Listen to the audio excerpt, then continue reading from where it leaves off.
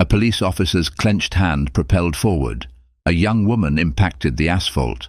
However, the individual positioned directly behind her wasn't simply her paternal guardian. He held the position of newly appointed police superintendent.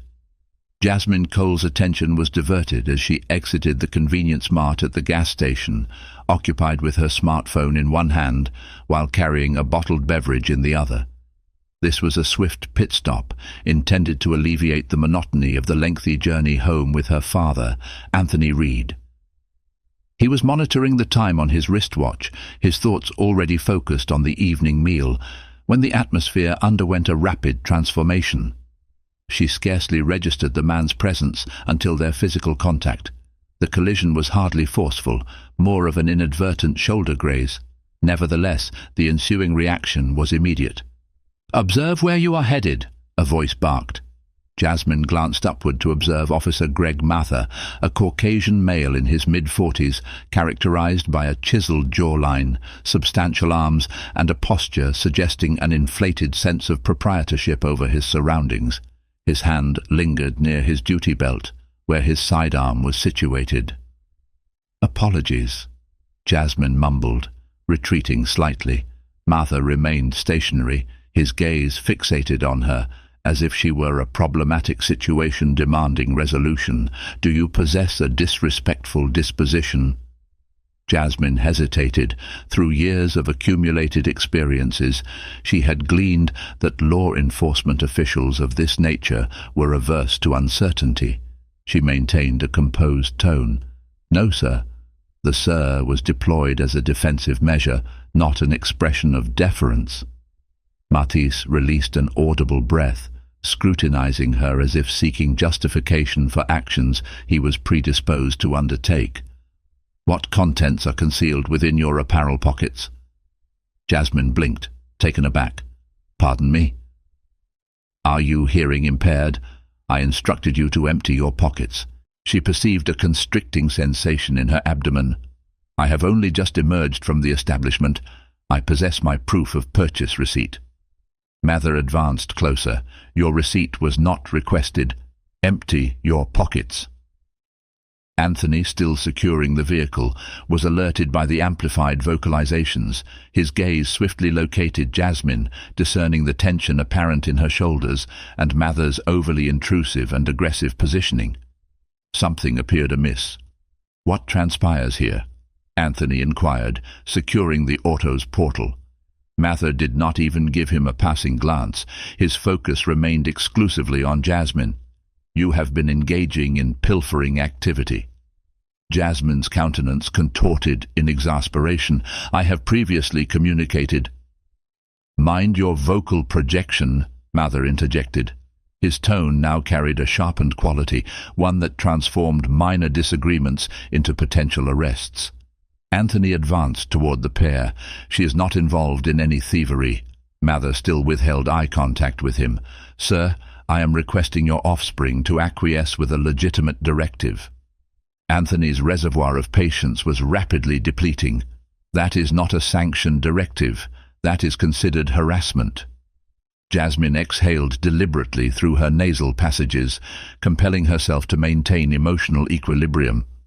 "I possess my receipt in this location," she articulated, extending her hand toward her jacket. Mather acted with undue haste. His fist launched outward before she was granted a moment to react. A resounding crack, the distinct auditory indication of bone connecting with skin. Jasmine forcefully descended onto the hard surface of the parking lot, the impact generating a ripple of silence. The soda bottle departed her grasp, its contents streaming across the concrete. A gasp was audible. A woman in the distance uttered, "Good heavens!" Jasmine's cognition swam, a dull, persistent ringing filling her auditory canals, effectively muting all other sound. The discomfort radiating from her jaw pulsed with sharp, immediate intensity. The taste of blood manifested, a prolonged, extended moment of stillness prevailed. Nobody stirred until her father's vocalization punctuated the heavy atmosphere. "Place your extremities behind your vertebral column." Mather smirked, continuing to loom over Jasmine. "Or what, exactly?" Anthony reached into his interior pocket, retrieved his identification, and displayed it for all to see. The new chief of police. Mather's facial expression underwent a profound shift in an instant. Suddenly, the balance of authority swung dramatically in the opposite direction, but this was merely the inception of a much larger conflict. For perhaps the first time in the encounter, Mathers froze. The smirk playing across his lips wavered as his brain struggled to comprehend all of the implications of his past actions. The gas station parking area that previously had contained background humming and subdued chatter now became a hushed and subdued soundscape as the weight of the countless camera phones that were recording pressed in. Anthony stood firm, his badge glinting under the afternoon sunlight. His hold on it was loose, borderline casual for an individual who had just dramatically shifted the dynamic of the situation, but his vocal inflection resonated with an authority that was beyond question. "Turn around," Anthony stated. Matthews swallowed hard. "Chief, I said, turn around." The directive contained no theatrical embellishment, merely stark, cold verbal communication that effortlessly permeated the heavy air. Mather's eyes darted back and forth throughout the parking area, desperately seeking some sort of assistance, an ally, a means of departure, but there was none to be found. His squad car sat vacant. Bystanders had their cellular devices out, but did not look like they would be coming to his defense. Jasmine remained on the ground, leaning up on one elbow. Her lip was split and was beginning to swell. Her eyes were wide with distress. Her vision was affixed to her father. She had never observed him in such a manner, not simply just enraged, but determined. Mather let out a breathy chuckle. "Look, Chief, let us discuss this." Anthony moved in one fluid motion. He seized Mather's wrist, twisted it, and placed his arms behind his back, just like Mathers had done to countless others before the same restrictive pressure applied. Mathers grunted. "This is absurd." "You assaulted a minor," Anthony said coldly, "and you're about to understand exactly what comes next." The cuffs clicked. The sound was permanent. A ripple spread through the audience. Someone cheered. The other muttered, "It was about damn time." Jasmine finally pulled herself up, her movements deliberate and methodical, her face burning from embarrassment and the punch, and she swiped the blood from the corner of her mouth and stared at it. And that's when her dad turned to her, with a slight glimmer softening in his expression. "You will be good." Jasmine wanted to say something, anything, but her throat had been shut. She just delivered a small nod with a touch, and then Anthony shifted his attention back to the matter. "You want to explain why you punched my daughter in the face?" Mather scoffed, his voice dropping but still audible. "The receipt an officer had asked for from a minor who came out of the store." Anthony moved closer to Mather, but in a whisper, "And whose safety was that risk yours?" The girl was 17. Anthony exhaled and tightened his grip on the cups. "You're done." Mather chuckled and said, "That's not true." He felt like he had a card to play. "Please, Chief, can't we figure it out?" Anthony let the words hang over him like the weather. Anthony then leaned closer, his voice just barely audible. "There is no we." Mathers swallowed hard. Anthony then straightened his posture and began scanning through the crowd, the phones, the faces. He understood the dynamics of such situations, recognizing how quickly the city would react and how hastily the department would scramble. The account had already transcended the confines of this parking area, yet the true battle was merely commencing. The burden of the moment settled like the dense air preceding a violent thunderstorm. Mattis stood there, his limbs restrained behind him, the unyielding steel of the handcuffs pressing into his skin. His respiration was shallow and erratic, reflecting a man coming to terms with the realization that he had finally exhausted his luck.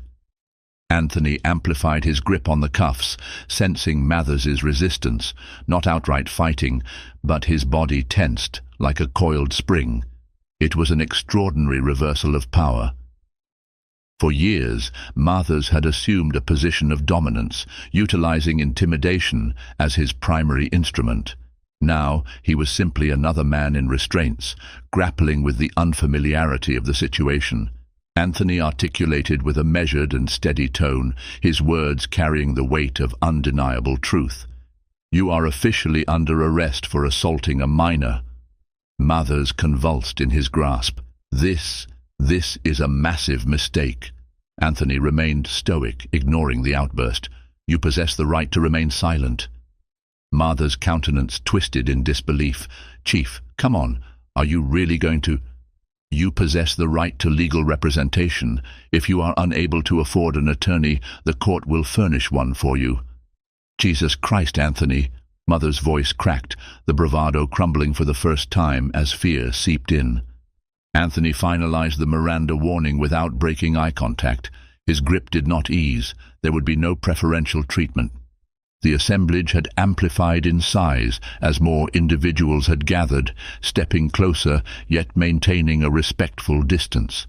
Some recorded with their phones, some whispered amongst themselves, while others simply stood observing, absorbing the significance of the moment. One man at the forefront shook his head, lamenting, "All these years, this dude been out here treating people like dirt." A woman positioned next to him folded her arms and stated, "Guess he finally picked the wrong one." Jasmine leaned against the vehicle now, pressing an icy bottle of soda against the side of her face. Her lips stung with each swallow, yet her thoughts were consumed with the events leading to this moment. She'd viewed similar situations depicted in videos, black men and women pinned to the ground, handcuffed, subjected to mistreatment. She had grown up internalizing the rules: keep your hands visible, refrain from talking back, remain polite, and avoid providing them with any excuse. She had adhered to all those rules, yet she still ended up being punched in the face. Her father stole a quick glance, his eyes searching for an unspoken sentiment. She deciphered the question he sought to pose. "Are you okay?" Not simply physically, but genuinely? She swallowed and offered a terse nod. Not because she felt okay, but because she refused to grant Mathers any further dominion over her. Anthony then pivoted to address his officers.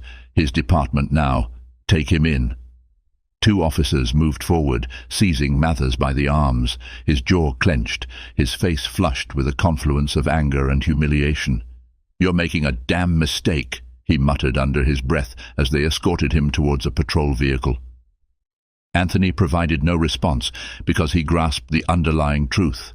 The only genuine mistake would have been allowing this incident to be swept under the rug. Mathers' radio crackled as he was shoved into the back seat. The patrol car door slammed shut, a definitive punctuation mark on his downfall. However, Anthony understood better than to assume it was over, because the true conflict was not limited to one rogue officer. It concerned what transpired next. The station was buzzing with activity by the time Anthony and Jasmine arrived. Officers clustered in small gatherings, whispering to each other.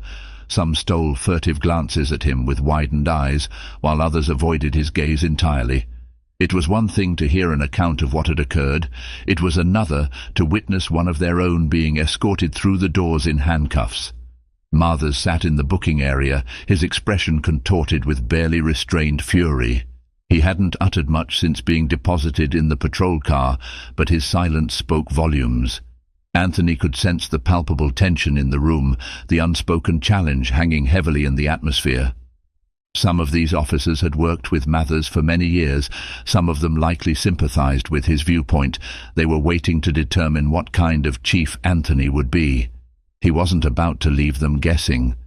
He approached the front desk, where a younger officer Lopez sat, looking back and forth between him and Mathers, as if he were caught in the middle of a situation far beyond his jurisdictional grasp.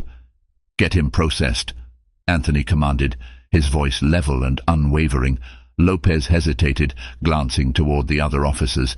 "Chief, are you certain we—" Anthony cut him off with a piercing look. "Do your job." Lopez swallowed and nodded, pushing the necessary paperwork forward. Mathers glared at Anthony as his fingerprints were taken, his lip curled in a sneer. "You actually think this is going to stick?" Anthony didn't respond. He understood the game being played. Mathers wasn't scared of a few charges. He was betting on the system to protect him.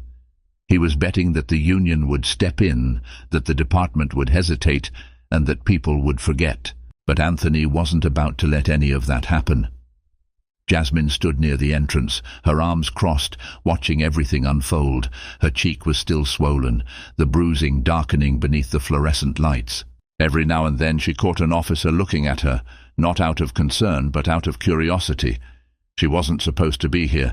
Black girls weren't supposed to be in police stations unless they were in trouble. But she wasn't here as a suspect. She was here as a witness. The door to the station swung open, and Anthony didn't need to turn around to know who it was. The mayor, James Calloway, had the posture of a man who disliked surprises.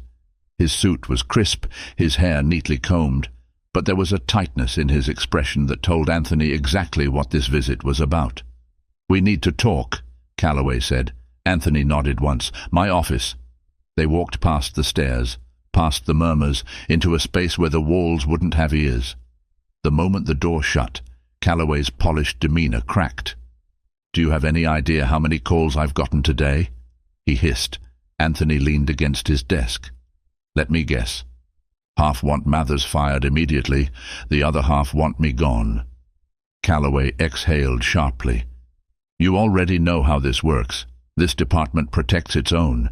You think just because you got a badge, you can walk in and start making arrests like this and it won't blow back on you?" Anthony's face remained unreadable. "He hit my daughter." Calloway hesitated. Anthony leaned forward. "And you're asking me if I regret arresting him?" Calloway shook his head, rubbing his temples. "The union's already involved. His lawyer's already making noise about excessive force and false arrest. And don't think for a second the media won't twist this into something else." Anthony crossed his arms. "They can twist it however they want. The video speaks for itself." The mayor sighed. "This town doesn't like change, Anthony." Anthony met his gaze, unwavering. "Then it's about to get uncomfortable." Calloway stared at him for a long moment, sizing him up, testing his resolve. Then he exhaled and nodded slowly. "All right," he muttered. "Let's see where this goes." But Anthony already knew where it was going, straight through the heart of a system that wasn't ready for someone like him. The next morning, the town woke up to headlines that couldn't be ignored. Police chief arrests officer for assaulting teenager. Gas station incident sparks outrage. Calls for police reform intensify. The video had gone viral overnight. News stations picked it up. Social media tore into Mathers. His history, his record, every complaint that had been filed against him but never stuck. The floodgates had opened. Jasmine sat at the kitchen table scrolling through her phone. Her name wasn't in the articles, but she knew they were talking about her. She was the teen victim, the black minor assaulted by a police officer. She exhaled sharply, locking her screen. "This is insane." Across from her, Anthony sipped his coffee, the morning paper folded on the table. He wasn't smiling, because he knew what came next. The pushback. The people who would say Mathers was just doing his job. The ones who would turn Jasmine into the problem instead of the victim. They always did. His phone rang, a restricted number. He answered, his voice neutral. His deputy's voice came through, tight with tension. "Chief, Mathers made bail. He's already out." Anthony expected that. Mathers had too many connections, too many people willing to throw money at a problem if it meant keeping things quiet. But this wasn't going to be quiet. His deputy hesitated. "And he's threatening to sue." Anthony almost laughed. Of course he was. Of course a man like Mathers would play the victim the moment the tables turned. Jasmine's fingers curled into her hoodie sleeves. "Are you serious?" Anthony nodded slowly, rubbing his temple. "Yeah, he's serious." The lawsuit was just a tactic, a desperate attempt to turn the conversation away from what he did. It wouldn't hold up. The video was clear as day, but it was still a fight, and this was never just about Mathers.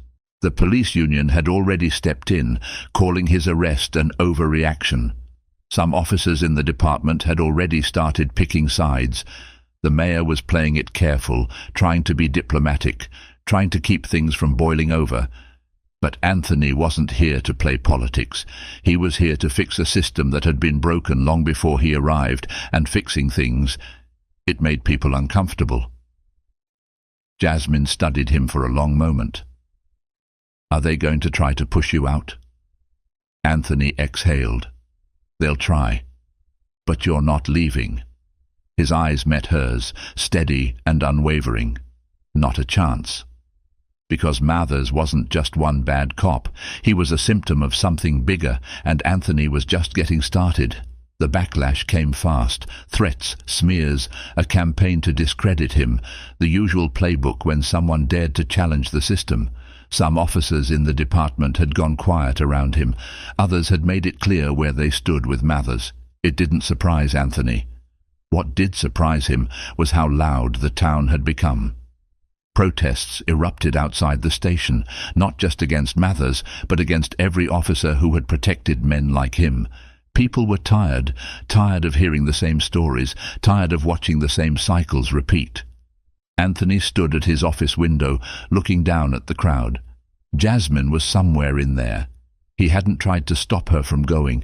She deserved to be there. The door to his office swung open. Mayor Calloway again. "You made this a lot bigger than it needed to be," Calloway said without preamble. Anthony turned slowly, arching a brow. "I made it bigger." Calloway sighed, rubbing his forehead. "You could have handled this differently, internally." "Internally?" Anthony repeated, voice flat. "Like every other time Mathers harassed someone and walked away untouched?" Calloway didn't answer. Anthony stepped forward, his voice quiet but firm. "You think this is about me? I could lose my job tomorrow, and this wouldn't stop. People are done being polite about injustice. You might not like the noise, but the silence is what got us here." Calloway exhaled, running a hand through his graying hair. "The police union is pressuring the city council. They want Mathers reinstated." Anthony shook his head, laughing under his breath. "Not happening. He's got powerful people backing him." "Good," Anthony said. "Because so do I." He turned back toward the window, watching the protesters chant his daughter's name, Jasmine Cole, not victim, not unidentified black teenager. Her name, loud and clear. She had been knocked down, but she got back up, just like this town would, just like Anthony would. Calloway sighed, rubbing his temples. "You're really not backing down, are you?" Anthony turned, meeting his gaze. "Not now, not ever. Because if this town was about to change, somebody had to lead the way, and he was ready."